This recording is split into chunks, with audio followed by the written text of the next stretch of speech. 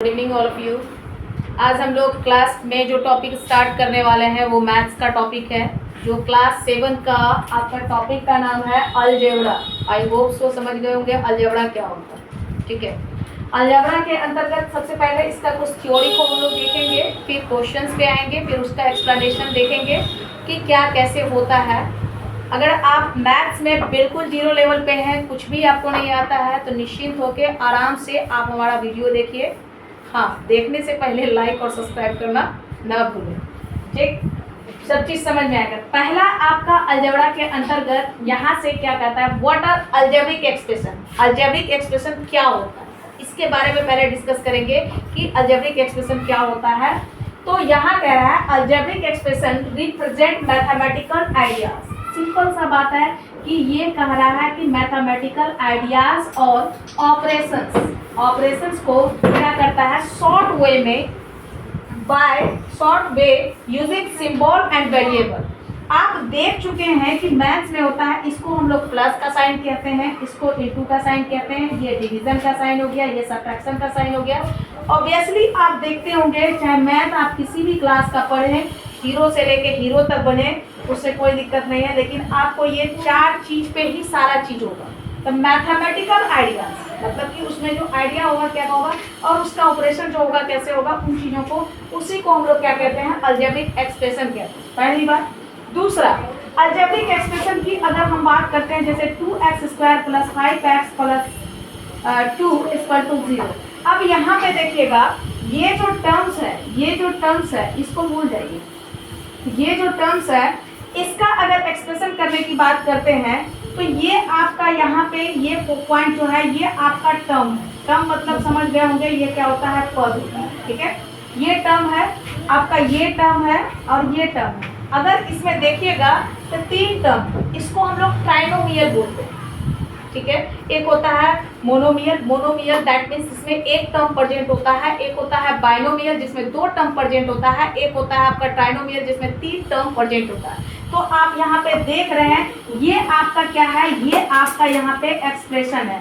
अभी जो 2 पॉइंट ऊपर लिखा हुआ है, एक कांस्टेंट एक वेरिएबल, उन चीजों पे डिस्कस करने की कोशिश कर रहे हैं। थोड़ा ध्यान से देखिएगा, आपको हर चीज समझ में आएगा।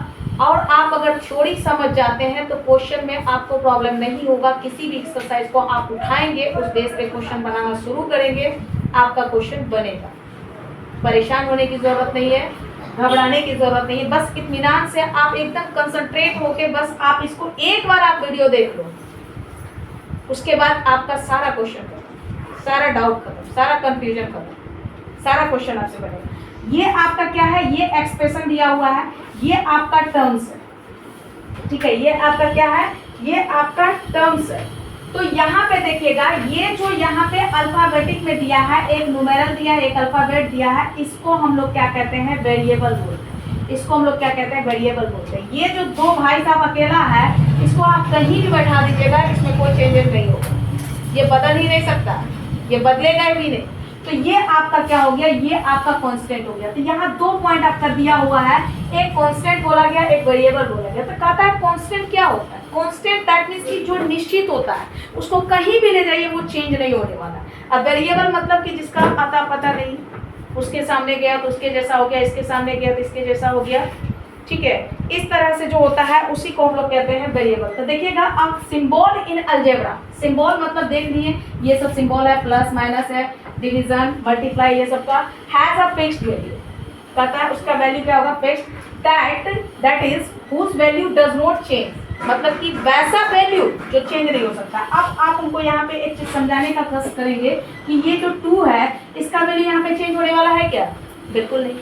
लेकिन ये जो 5x है, इसका वैल्यू चेंज हो जाएगा। अगर x के जगह पे 2 लिए तो देखिए इसका वैल्यू क्या होता है, 5x = हो जाएगा 5 × 2 बराबर हो जाएगा 10।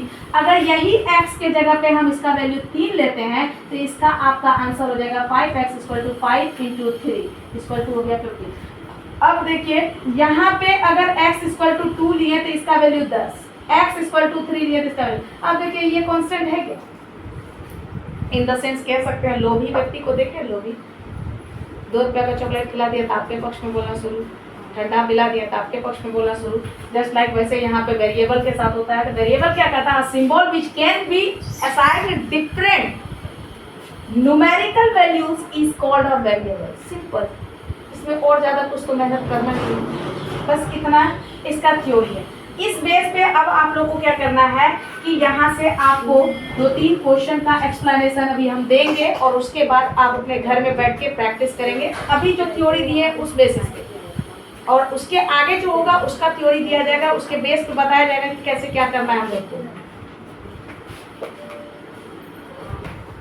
देखिए अब यहाँ से हम लोग एक्सप्रेशन को समझने का कोशिश करते हैं। ये है आपका अलजेब्रिक एक्सप्रेशन, ये अलजेब्रा में दे दिया है। मतलब कि यहाँ पे देख सकते हैं ये आपका क्या है, टर्म्स दिया है 3 टर्म्स में। देखिए 3x² माइनस 4xy, अब प्लस यहाँ से क्या आ गया 7y²। तो 3 टर्म्स में दिया है, तीनों टर्म्स को हमने यहाँ पे लिख दिया 3x², 4xy, 7y²। ठीक है, अब इस 3 टर्म का देखिए एक दूसरे से क्या है, मतलब कि मल्टीप्लाई है। 3 को x से गुना किए, फिर इसको x से गुना किए, 4 को x और y दोनों से गुना किए, फिर 7 को y से गुना किए। ये इसका टर्म है। तो ये जो इसको इंडिविजुअली 3 इंटू एक्स किए, ये इसका क्या हो गया, फैक्टर हो गया। ये इसका क्या हो गया, फैक्टर हो गया। उसी प्रकार से कह रहा है the letter factor variable of a product. Product मतलब समझते हैं, जब 2 फैक्टर को इंक्लूड किया जाता है तो एक प्रोडक्ट तैयार होता है। जैसे कि यहाँ सिंपली देख सकते हैं 3 इंटू एक्स को जब हम इंक्लूड किए तो ये 3x हो गया। तो दैट मीन्स कि 3 into x equal to 3x। ये आपका क्या हो गया, ये आपका फैक्टर हुआ, ये आपका क्या हुआ, ये आपका फैक्टर हुआ, और ये जो आपका बना ये आपका प्रोडक्ट हुआ। यही कह रहा है the letter factor variable, the letter factor variable of a product. मतलब कि ये जो प्रोडक्ट है इसमें देखिए एक लेटर भी है, लेटर क्या है, x है, इज द लेटरल कोफिशिएंट। इसी को हम लोग कहते हैं लेटरल कोफिशिएंट। दैट मीन्स कि कोफिशिएंट का मतलब होता है गुणक। हिंदी में बोले तो गुणक और इंग्लिश में बोले तो कोफिशिएंट। कोफिशिएंट का मतलब जैसे कि हम यहाँ लिखे 45a²b, तो यानी कि ये a²b का जो कोफिशिएंट होगा ये क्या होगा 45, a²b का कोफिशिएंट 45, तो ये 45 न्यूमेरिकल कोफिशिएंट हो गया। और ये a²b जो हुआ ये 45 का कोफिशिएंट है। तो ये जो आपका हो गया इसी को हम लोग लिटरल कोफिशिएंट कहते हैं। इसको हम लोग क्या कहते हैं, लिटरल कोफिशिएंट। आई होप सो समझ गए होंगे कि कोफिशिएंट और लिटरल कोफिशिएंट में क्या अंतर है। कोफिशिएंट अगर नॉर्मली हम बोलते हैं तो नॉर्मली कोफिशिएंट होता है क्या, आपका यहाँ पे डिजिट में होगा तो वो न्यूमेरल कोफिशिएंट हो जाएगा, और लिटरल की बात करेंगे तो वो अलजेब्रा में रहेगा, अल्फाबेट में रहेगा। ठीक, अब इसके आगे हम लोग बात करते हैं क्या, इसके आगे हम लोग बात करते हैं यहाँ पे लाइक टर्म्स।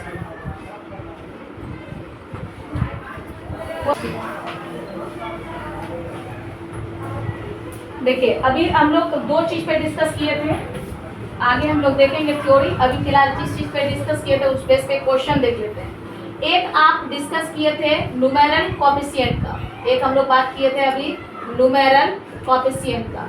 ये एक बात हुआ यहाँ पे न्यूमेरल कोफिशिएंट का। दूसरा बात किए थे लेटरल कोफिशिएंट का, ये लेटरल कोफिशिएंट का।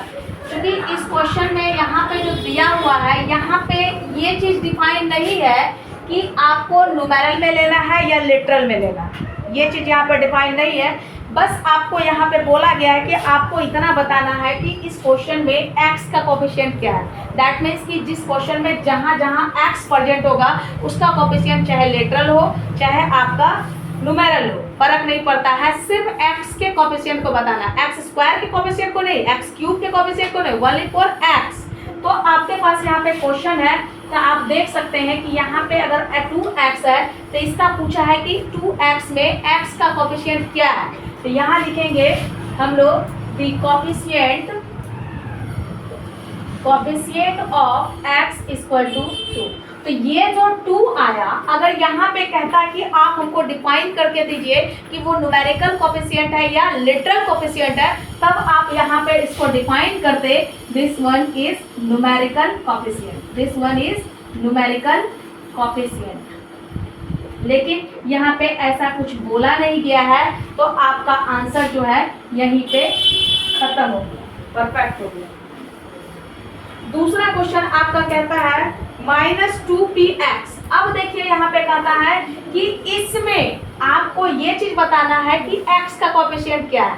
तो आप यहाँ पे देख पा रहे हैं कि यहाँ पे आपका लिटरल और न्यूमेरिकल दोनों है।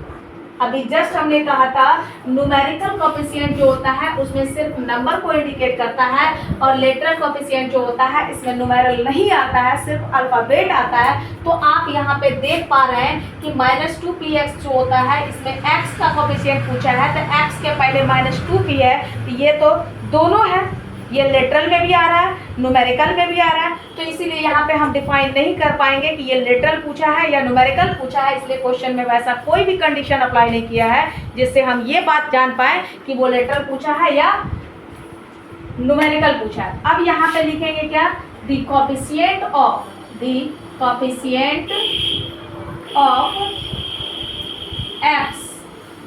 x इक्वल टू क्या हो जाएगा, -2। This is the answer. I hope so इस क्वेश्चन को आप समझ गए। अब नेक्स्ट क्वेश्चन की बात करते हैं। नेक्स्ट क्वेश्चन में बात करते हैं राइट द कोएफिशिएंट। इसमें भी वही बात है लेकिन इसको थोड़ा दूसरे तरीके से बोला गया है, राइट द कोएफिशिएंट ऑफ क्या। पहला क्वेश्चन यहाँ पे कहता है x इन -6x y², ये पूछा है। देखिए यहाँ सिंपली मैंने दे दिया और पूछ लिया। यहाँ पूछा है x जो है -6xy² में किसका कोएफिशिएंट है, -6x² में किसका कोएफिशिएंट है। तो यहाँ लिखेंगे the coefficient of x equal to -6y²।